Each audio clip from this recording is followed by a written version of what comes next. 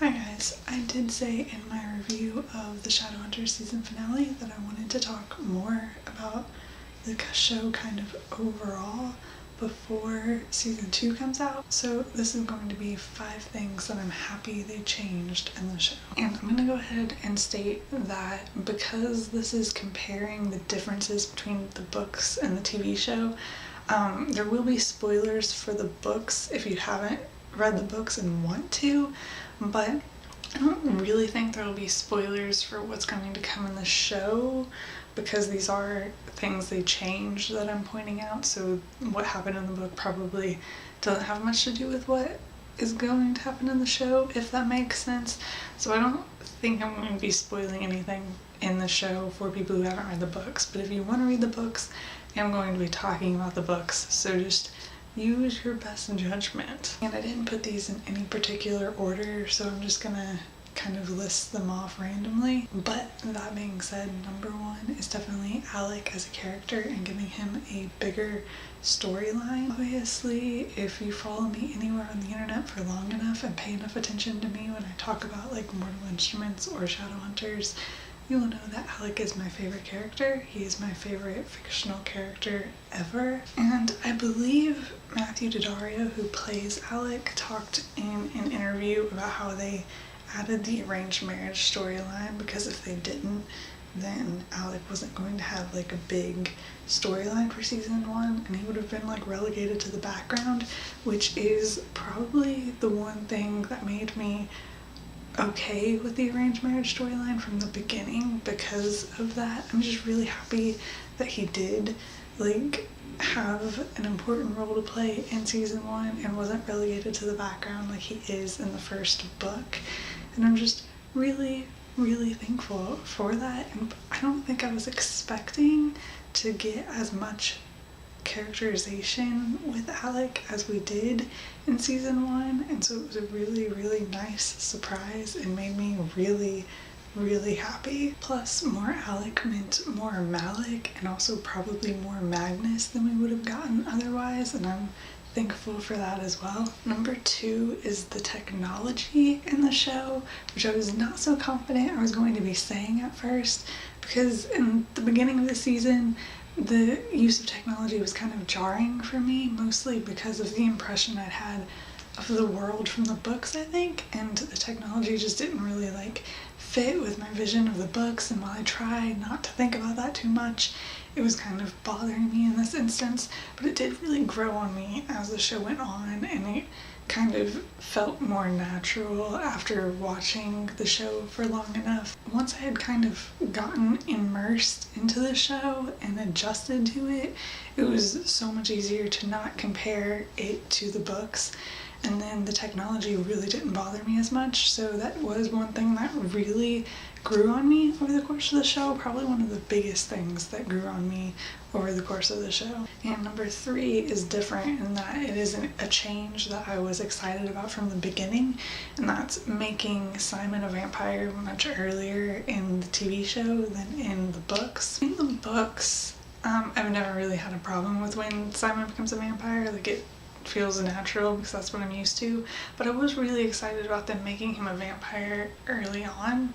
just because him being mundane would have been really difficult to like keep him involved in the story. I think even with how things went in the show, there was a lot less of like Simon Clary interaction in the season than I necessarily would have liked, because I love their friendship, and I would have loved to see more of that. But if he hadn't been a vampire and you had Clary off doing all of that stuff, then Simon really would have had no storyline whatsoever and would have been doing nothing, and then, for one thing, couldn't even really be considered a main character. But just, it would have been sad to not get as much of him. So I'm glad that they did that and kind of included him in the world earlier on, because it's not a huge change in the grand scheme of things. And I think that it really helped the story and helped kind of like strengthen Simon's place as a main character. Number 4 is kind of like a broad change in that I'm excited that we kind of got more of characters that we don't get a lot of in the book. Raphael is a big one that comes to mind. Like, we do get a lot of him in the books, but I think it's on a different level in the TV show. Like, he's there much more than he's in the earlier books, especially like the first book. I really like that. I really like what they've done with Raphael's character overall in the TV show.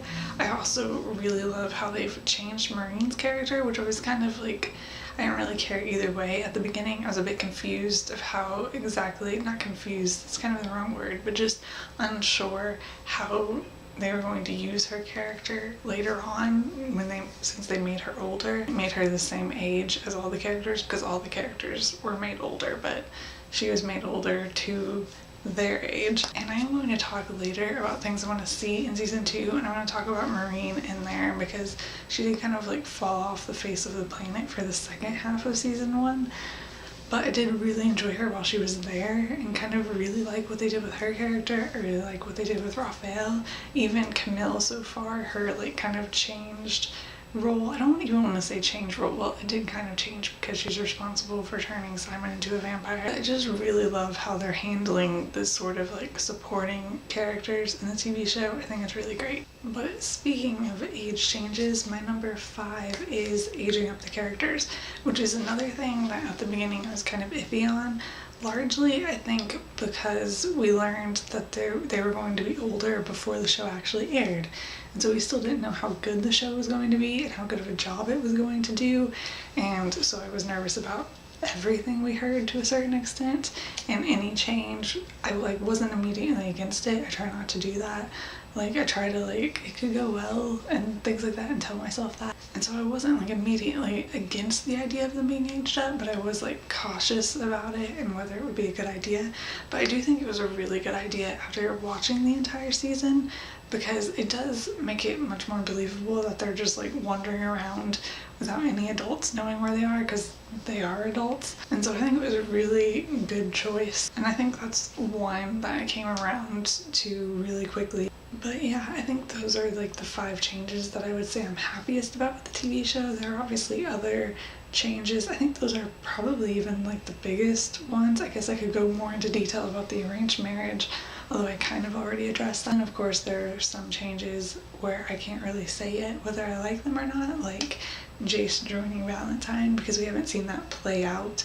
But at this point I definitely do have faith in the show to do a good job, so I'm definitely like hoping for the best, and I do have a lot of faith that that will be a really great story choice once we see how it plays out. I can't really say it whether or not I like it because we haven't seen how it ends yet. So yeah, I think that's all that I have to say. Like I said, I do want to talk about like what I hope to see in season 2 is like the other like big thing that I want to talk about, but I do have some other ideas to kind of talk about before season 2, because we have a long time, it's looking like, and I am going to be very anxiously waiting. So I will see you guys later.